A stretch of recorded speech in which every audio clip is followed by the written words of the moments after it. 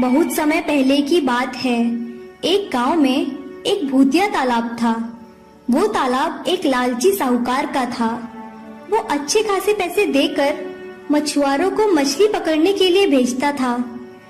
एक दिन अचानक से एक मछुआरा मछली पकड़ते हुए पानी में डूबने लगा। वहीं पास से एक गांव वाला गुजर रहा था। बचाओ, कोई मुझे बचाओ, मुझे कोई पानी के अंदर खींच रहा है। नहीं भाई, मैं तुम्हें नहीं बचा सकता। अगर मैं तुम्हें बचाने के लिए इस तालाब में आया तो मैं भी डूब जाऊंगा। बचाओ बचाओ, कोई तो मुझे बचाओ। आदमी खड़ा मछुआरे को डूबता हुआ देखता रहा और देखते ही देखते भूतिया तालाब ने मछुआरे को पानी में अंदर खींच लिया। फिर वो गांव वाला भागता हुआ साहूकार के पास आया और जोर जोर से दरवाजा पीटने लगा। कौन है? मैं शंकर हूँ सेठ जी, जल्दी से बाहर आइए। क्या बात है शंकर? आपके तालाब में जो मछुआरा मछली पकड़ रहा था वो पानी में डूब गया। ये तो बहुत बुरा हुआ शंकर। तुम अंदर आओ, बैठ के बात करते हैं। शंकर देखो, जो हुआ अच्छा नहीं हुआ। ये तुम पैसा रख लो और इस बात को भूल जाओ और गांव में और किसी से कुछ नहीं कहना। क्योंकि शंकर बहुत ही लालची था, वो साहूकार के पैसे लेकर किसी को बिना कुछ बताए चुपचाप अपने घर आ गया। उधर मछुआरे के घर में उसकी पत्नी बहुत ही चिंतित थी। उसका पति अभी तक घर नहीं आया था। बहुत देर तक इंतजार करने के बाद उसकी पत्नी साहूकार के घर जाती है। कौन हो तुम? मैं जितेश मछुआरे की पत्नी हूँ। आज बहुत देर हो गई, अभी तक वो घर नहीं आए। मुझे भी नहीं पता, शायद किसी काम से कहीं और चला गया होगा। फिक्र मत करो, वह वापस आ जाएगा। तुम अब घर जाओ। मछुआरे की पत्नी वापस घर आ जाती है और सुबह होते ही उसकी पत्नी तालाब के पास जाती है और देखती है उसके पति का सामान तालाब के किनारे ही रखा हुआ होता है। वो अपने पति का सामान वहाँ देखकर सोच में पड़ जाती है कि उसका पति इस तरह कहाँ गायब हो गया।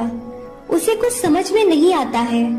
तभी उसकी नजर वहाँ काम कर रहे दूसरे मछुआरे पर पड़ती है और ये क्या, अचानक से वो मछुआरा पानी में डूबने लगता है और बचाओ बचाओ चिल्लाता है।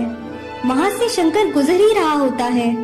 बचाओ बचाओ, मुझे इस तालाब से बाहर निकालो। नहीं भाई, मैं तुम्हें नहीं बचा सकता हूँ। ये भूतिया तालाब है। अगर मैं तुम्हें बचाने आऊँगा तो मैं भी डूब के मर जाऊंगा। और देखते ही देखते वो मछुआरा भी पानी में डूब जाता है।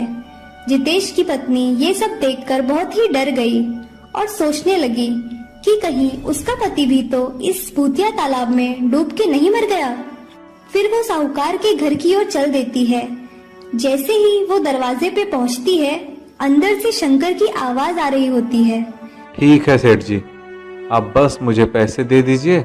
मैं किसी को नहीं बताऊंगा कि वो दोनों मछुआरे उस भूतिया तालाब में डूब के मर गए। ये सब सुनकर जितेश की पत्नी चौंक जाती है और फौरन ही वो ये सब बातें गांव के लोगों को जाकर बता देती है। फिर सब गांव वाले इकट्ठे होकर साहूकार के पास आते हैं और उससे पूछते हैं, क्यों सेठ जी, जब आपको उस भूतिया तालाब के बारे में मालूम था तो आप क्यों उस भूतिया तालाब में मछुआरों से काम करवाते हो?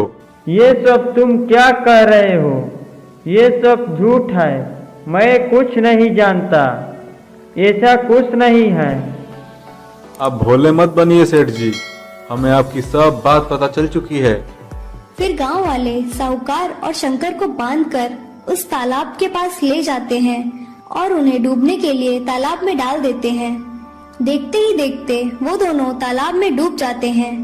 फिर उस तालाब में से अचानक आवाज आने लगती है, आज मैं बहुत खुश हूँ। मैं कई सालों से इस दिन का ही इंतजार कर रही थी।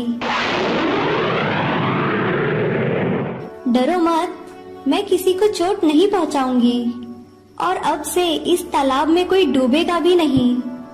मैं साहूकार की मरी हुई पत्नी हूँ। बहुत सालों पहले मेरा पति इस तालाब में मुझे डूबता हुआ छोड़कर चला गया था। मैं चीखी चिल्लाई, लेकिन इस क्रूर साहूकार ने मेरी जान नहीं बचाई। तभी से मैं इसी तालाब में रहती हूँ और इसी दिन का इंतजार कर रही थी। आपके साथ बहुत बुरा हुआ, लेकिन मेरे पति तो निर्दोष है ना। उन्होंने आपका क्या बिगाड़ा है? कृपा करके मेरे पति को मुझे वापस लौटा दीजिए। तुम परेशान मत हो। इस तालाब में आज तक जो भी डूबा है वो सब अपने घरों में आराम से सो रहे होंगे। तुम अपने घर जाओ, तुम्हारा पति तुम्हें वहीं मिल जाएगा। और इतना कहकर चुड़ैल वापस तालाब में चली जाती है। सब गांव वाले अपने घर की ओर लौट जाते हैं। जब जितेश की पत्नी घर आकर देखती है तो जितेश को सोया हुआ पाती है। अपने पति को देखकर वो बहुत ही खुश हो जाती है। हेलो फ्रेंड्स, मेरा नाम लकी है और मैं शहर की सबसे बड़ी कॉलेज के सेकंड ईयर में हूँ।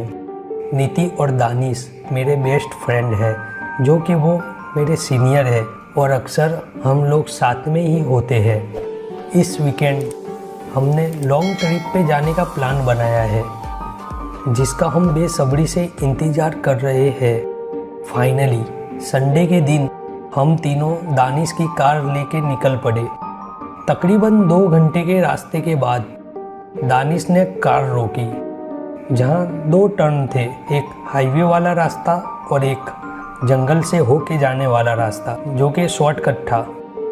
हम डिस्कस कर रहे थे कि हमें किस रास्ते से जाना चाहिए। तभी नीति ने कहा, मुझे जंगल वाला रास्ता सही नहीं लग रहा। सुना है इस रास्ते पे बुरी आत्माएं भी है, जो आने जाने वाले लोगों की जान ले लेती है। और तुम लोगों ने कभी हॉरर स्टोरीज नहीं देखी? अक्सर शॉर्टकट वाले सुनसान रास्ते जानलेवा होते हैं। ये सब सुन के मैं और दानिश ज़ोर ज़ोर से हंसने लगे।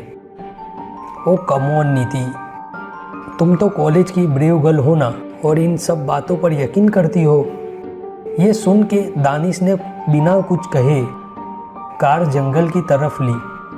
नीति थोड़ी परेशान थी, बट थोड़ी देर बाद उसने अपना मूड ठीक कर लिया था।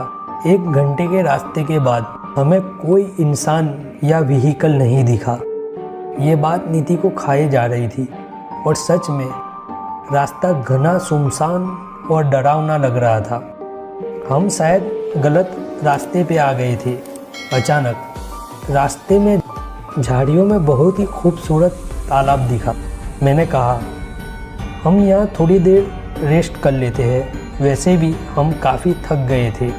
थोड़ी देर हमने वहाँ रेस्ट किया और तालाब इतना खूबसूरत था कि हमने वहाँ स्विमिंग करने की सोची, जो कि ये आइडिया नीति को बिल्कुल भी पसंद नहीं आया। अभी हम बात ही कर रहे थे कि दानिश तालाब की ओर चल पड़ा। उसे स्विमिंग का पहले से ही बहुत शौक था। 5 मिनट के बाद नीति भी अपनी बैग लेकर तालाब की ओर चल पड़ी। अभी मैं कार के पास ही था, तभी नीति घबराती हुए आकर बोली, दानिश वहाँ नहीं है। मैंने कहा, रिलैक्स, क्या तुम जानती नहीं हो कि दानिश कितना शरारती है? वो मजाक कर रहा होगा। चलो देखते हैं। हम पानी के नज़दीक गए और दानिश को आवाज़ देने लगे। 5 मिनट से भी ज़्यादा हो गई थी और दानिश नहीं दिखा। अब मुझे भी डर लगने लगा था। नीति अपने आंसू पोंछते हुए बोली, मैंने तुम लोगों से कहा था इस जंगल में बुरी आत्माएं हैं, पर तुम दोनों ने मेरी एक नहीं सुनी। मैंने नीति को समझाते हुए कहा, देख, घबरा मत, यहाँ कोई भूत वूत नहीं है। एक्चुअली यहाँ सच में कोई भूत वूत नहीं है। लॉन्ग ट्रिप पे जाना, शॉर्टकट लेना, यहाँ रुकना, स्विमिंग करना, ये सब मेरे प्लान के मुताबिक हो रहा था। ये पूरा तालाब का एरिया क्रोकोडाइल से भरा हुआ था। ये बात सिर्फ मैं जानता था। आज से कुछ साल पहले तब नीति और दानिश कॉलेज के सबसे पॉपुलर ड्यूड थे। मेरे कॉलेज में नए होने की वजह से दानिश और नीति हर रोज़ मुझे तंग किया करते थे। मेरे साथ प्रैंक करना, मेरा मजाक उड़ाना और मेरा तमाशा बनाना उनकी आदत बन चुकी थी। और पूरा कॉलेज मुझ पे हंसता था। मैं अकेले में बहुत रोया करता था। उन दोनों की वजह से मुझे कॉलेज जाने से डर लगने लगा था। फिर एक दिन मैंने ठान लिया कि मैं हर एक दिन का बदला लूँगा और मैंने धीरे धीरे उनसे नज़दीकियाँ बढ़ाई, उनकी गुलामी करने लगा और देखते ही देखते उनका विश्वास जीत लिया। आज मेरा बदला पूरा हो गया। I miss you so much my friends. पर तुम लोगों को मेरे साथ ऐसा नहीं करना चाहिए।